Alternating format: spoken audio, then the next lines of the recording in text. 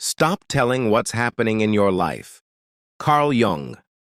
I need to tell you something that might make you uncomfortable. Right now, as you watch this video, there's a reason your life isn't where you want it to be. And it has nothing to do with your circumstances, your past, or your luck. It has everything to do with your mouth. Carl Jung, one of the greatest psychologists who ever lived, discovered something disturbing about human nature. He found that the more we talk about our plans, our dreams, our struggles, the less likely we are to actually do anything about them. Think about it. When was the last time you told someone about your big plan? Starting that business, writing that book, getting in shape, learning that skill. How did it feel when you told them? Good, right? Maybe even amazing. And then, nothing happened. That feeling you got? That was the problem. Stay with me for the next hour, because I'm going to show you why silence is the most powerful tool you've never used. And by the end of this video, you'll understand why the most successful people you know probably aren't the ones talking the most. This isn't just psychology. This is a complete shift in how you approach your entire life. Chapter 1. The Story of Two Brothers. Let me tell you a story that perfectly illustrates what we're talking about. Two brothers. Same parents, same upbringing, same opportunities. Let's call them Marcus and David. Marcus had big dreams. Every family dinner, he'd talk about them. I'm going to start a tech company. I've got this amazing idea. I'm reading all these books about entrepreneurship. I'm going to be a millionaire by 30. His family loved it. They'd encourage him. That's amazing, Marcus. You're so motivated. He'd feel incredible after these conversations. Validated, seen, important. David, he barely said anything. When asked about his plans, he'd just shrug. Working on some stuff? That's it. His family thought he lacked ambition. They worried about him. 10 years later, Marcus is still talking about his plans. Still reading books. Still about to start that business. He's got the same job he had a decade ago, but he can tell you everything about entrepreneurship. He sounds smart at parties.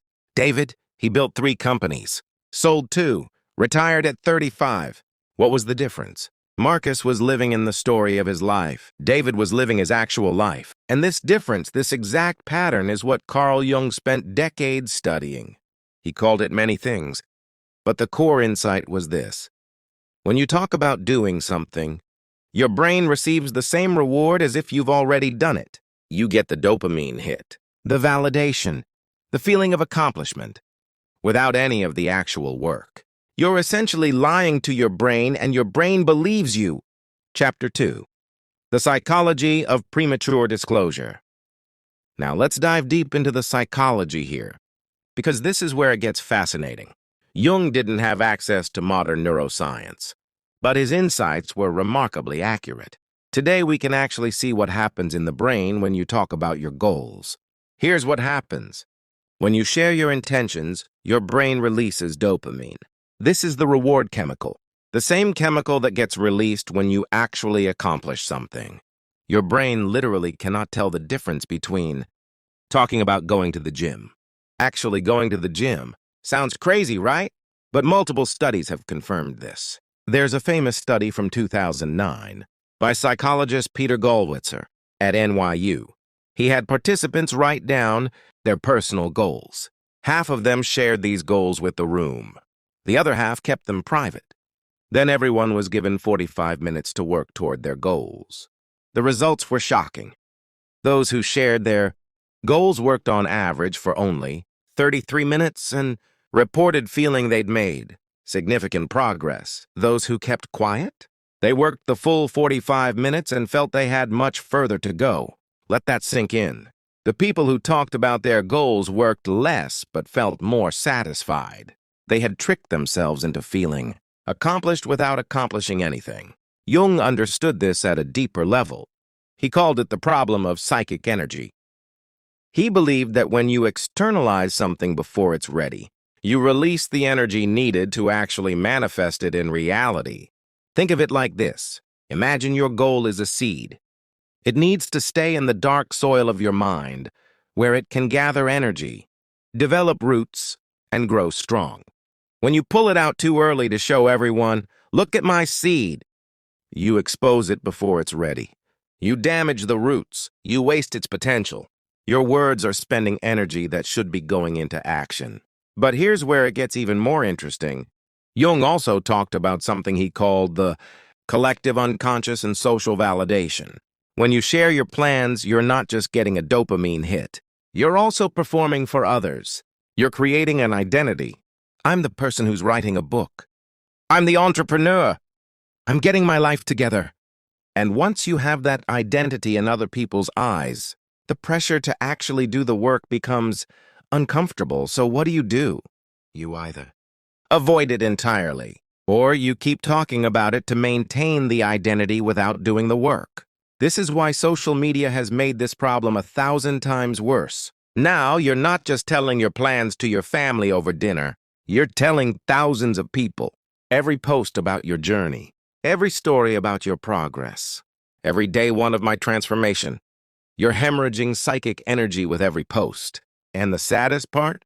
The likes and comments make you feel so good that your brain thinks you've already succeeded. You've received social validation. Mission accomplished. Now you can relax. Except nothing has actually changed in your real life. Chapter 3. The Power of Silence. So if talking about it is the problem, what's the solution? Silence. Strategic, intentional, powerful silence. And before you think this is some mystical concept, let me show you how the most successful people in history have used this principle. Steve Jobs rarely talked about products before they were ready. Apple's culture of secrecy wasn't just about competition. It was about maintaining the energy and focus needed to actually build something revolutionary. While other tech CEOs were at conferences promising the future, Jobs was in the lab creating it. Einstein worked on his theory of relativity in almost complete silence for years. He didn't publish papers about what he was going to discover. He disappeared into his work and emerged with EMC2. Maya Angelou would rent hotel rooms where nobody knew her and write in complete anonymity. She understood that the work needed protection from external voices, even supportive ones. Elon Musk gets criticized for his tweets, but notice what he doesn't tweet about. The actual technical challenges he's solving in real time. He'll announce a goal, yes, but the day-to-day struggle, that's private. These people understood something crucial. Silence creates a container for your energy. Jung would say it differently. He'd talk about holding the tension of the opposites. That uncomfortable feeling you have when you want to tell someone about your progress, but you don't. That tension is actually power. It's potential energy. The moment you release it through words, it dissipates. Think of it like a pressure cooker. When you keep the lid on, pressure builds. That pressure cooks the food faster, better. Your goals are the same. When you keep them contained, the pressure builds. That discomfort you feel? That's not bad. That's fuel. That's your psyche saying, I need to do something with this energy. But the moment you release the pressure valve by talking about it, what happens? The pressure escapes. The energy dissipates. Sure, you feel relief, but now there's no force driving you forward. Let me give you a personal example. Years ago, I decided I wanted to get in serious shape. I'd tried before, but I always made the same mistake. I'd announce it. This is it. I'm doing it this time. I'd post about it. I'd tell everyone. Day 1 would feel incredible. All that support! All those encouraging comments. Day 3, I'd skip the gym. Just today. By week 2, I'd quietly abandon the whole thing. And I'd avoid the people I told because facing them meant facing my failure. Then I tried something different. I decided to get in shape again, but I told absolutely no one. Not a single person. No social media posts. No updates, nothing. It was hard. So many times I wanted to share. When I had a good workout, I wanted validation. When I was struggling, I wanted support. But I stayed silent. Something strange started happening. That need for validation, it transformed into something else. It became fuel. Every time I wanted to tell someone and didn't, that energy went into the next workout, into showing up the next day. 6 months later, people started noticing. What happened to you? They'd ask. Oh, just been working out. I'd say casually. But inside, I felt a power I'd never felt before. I had actually done it. Not performed doing it. Not talked about doing it. Actually done it. That's the power of silence. Chapter 4. The Shadow Side of Sharing. Now here's where Jung's insights get really deep, and maybe a little uncomfortable. There's a reason we want to share our plans, and it's not always innocent. Jung would say there's a shadow aspect to this behavior. A darker motivation we don't want to acknowledge. Sometimes we share our plans because we don't actually intend to follow through. Ouch, I know. But stay with me. When you announce your intention, you get to enjoy the identity of someone who's doing something impressive without the risk of actually failing at it. You get the reward without the risk. I'm writing a novel sounds impressive at a party. Actually, writing a novel means facing the blank page, means risking rejection, means discovering maybe you're not as talented as you thought. But if you just talk about writing a novel, you get to feel like a writer. You get to have interesting conversations about writing. You get to recommend books on writing. You get all the social benefits with none of the actual vulnerability. Jung called this inflation. You're inflating your ego with potential rather than achievement. And here's the really tricky part. When you talk about your plans, you often invite feedback. And feedback, even positive feedback, is dangerous. Why? Because it pulls you out of your vision and into other people's vision. Someone says, "Oh, you're writing a novel. What's it about? Have you thought about making it a thriller?" Thrillers are really popular right now. You should read this book on novel writing. Have you tried this software? Now you're not thinking about your novel anymore. You're thinking about their suggestions. You're defending your choices. You're explaining. You're justifying. Your creative energy is now being spent in conversation, not in creation. Jung would say you're allowing the collective to interfere with the individual. Your unique vision gets diluted by the thousand voices of well-meaning people who don't actually have to do the work. And let's be honest about another shadow aspect. Sometimes we share to make others feel bad. You're struggling in your job, and your friend shares they're starting their dream business. How do you feel? If you're honest, maybe a little jealous, a little inadequate, maybe even a little resentful. The person sharing might say they're just being authentic, just being excited. But is that all it is? Or is there a part of them that enjoys being seen as the successful one, the ambitious one, the one with their life together? Jung would say, check your shadow. Why do you really want to share this? What are you getting from it? If the answer is validation, status, or the satisfaction of being seen as impressive, that's your shadow talking. That's ego. And ego is the enemy of actual achievement. Real confidence doesn't need an audience. Think about the people you respect most, the ones who are actually doing impressive things. How much do they talk about what they're doing? Probably not much. They're too busy doing it. It's always the wannabes who can't shut up about their plans. The actual doers are quiet because they know every minute spent talking is a minute not spent doing. And here's another uncomfortable truth. When you share your struggles, you can become addicted to sympathy. I'm having such a hard time with this project. Oh no, that's terrible. But you're so strong for trying. Feels good, right? Now you've got an identity, the struggling artist, the person overcoming obstacles, and that identity can become more comfortable than actually succeeding. Because if you succeed, what do you talk about? Where does your sympathy come from? Jung saw this in his patients constantly. They were attached to their suffering because it gave them a story, a reason to be noticed, to be special. Silence forces you to find motivation from within rather than from external validation. And that's where real power comes from. Chapter 5, the practical application. All right, so you're convinced. You understand the psychology. But how do you actually live this way?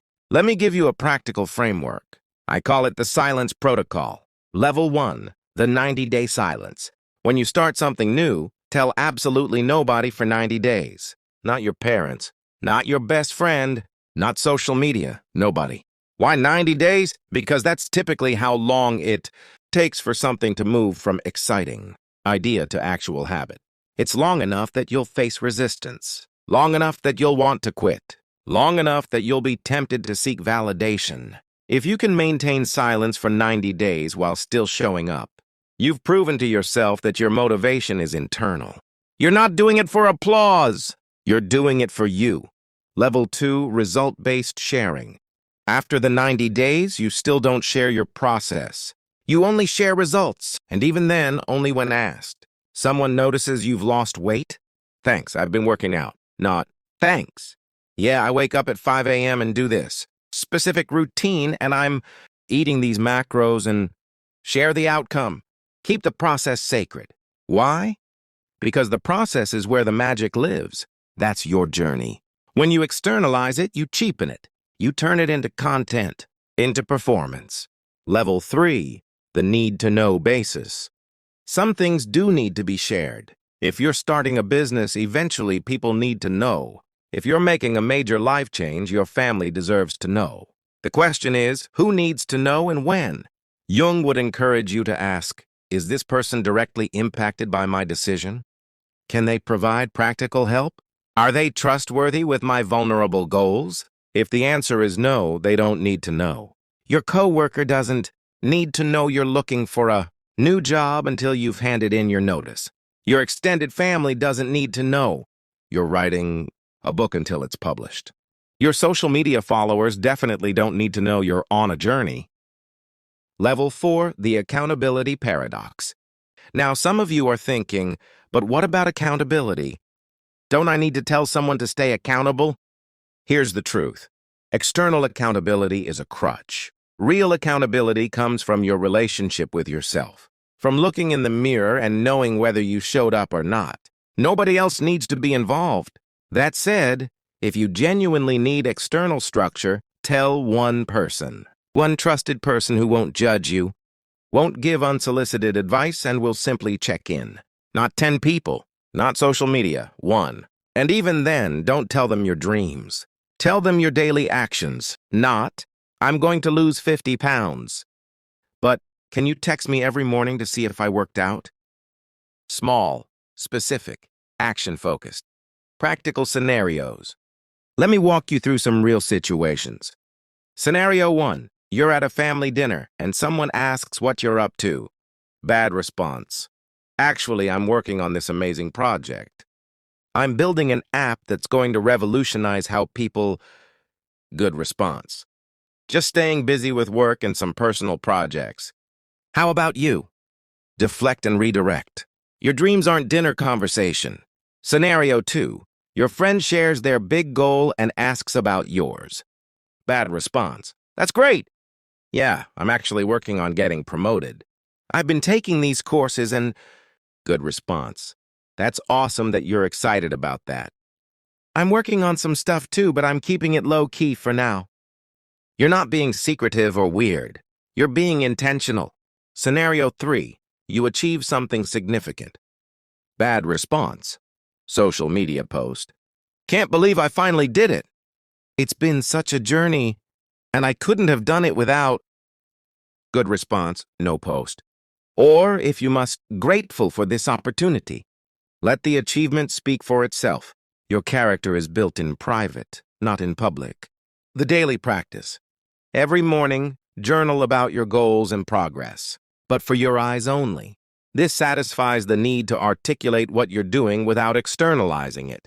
When you feel the urge to share, stop and ask, why do I want to share this? What am I hoping to get? If the answer is validation, don't share. If the answer is practical help or necessary information, maybe consider it. Remember, your life is not a performance. It's not content. It's not a story for others to consume. Your life is your experience. Protect it like it's precious, because it is. So what happens when you actually live this way? I'm going to be honest with you. The first few weeks are hard. You'll feel isolated. You'll feel like you're doing something wrong. You'll have incredible moments where you want to share, and you'll have to sit with that discomfort. But then, something shifts. Month 1. The discomfort. You'll notice how much you relied on external validation. Every time you want to post something, every time you want to tell someone your plans, you'll feel a little panicked. But how will people know I'm doing something important? This is good. This discomfort is showing you how addicted you were to validation. Let yourself feel it. Don't run from it. Month 2, the power.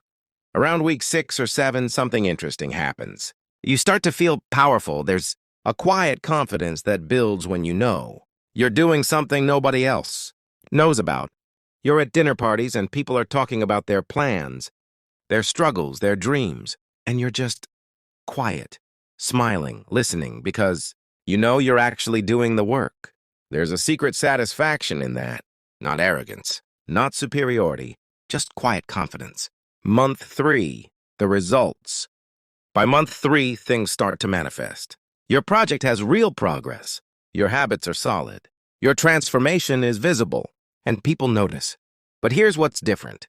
They don't know the story. They just see the results. When did this happen? They ask. Been working on it for a while, you say. And you don't elaborate. Because the journey is yours. They get to see the destination, but the path, that's sacred. The long-term transformation. After 6 months to a year of living this way, you become a different person. Not because you talked about becoming a different person, because you actually did the work in silence. You develop what Jung called individuation.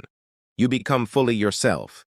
Not a performance of yourself. Not a social media version. Not a curated story. Actually yourself. You stop living for others' approval and start living from your own center. Your goals become clearer because they're not polluted by others' opinions. You know what you want, not what will sound impressive. Your motivation becomes intrinsic.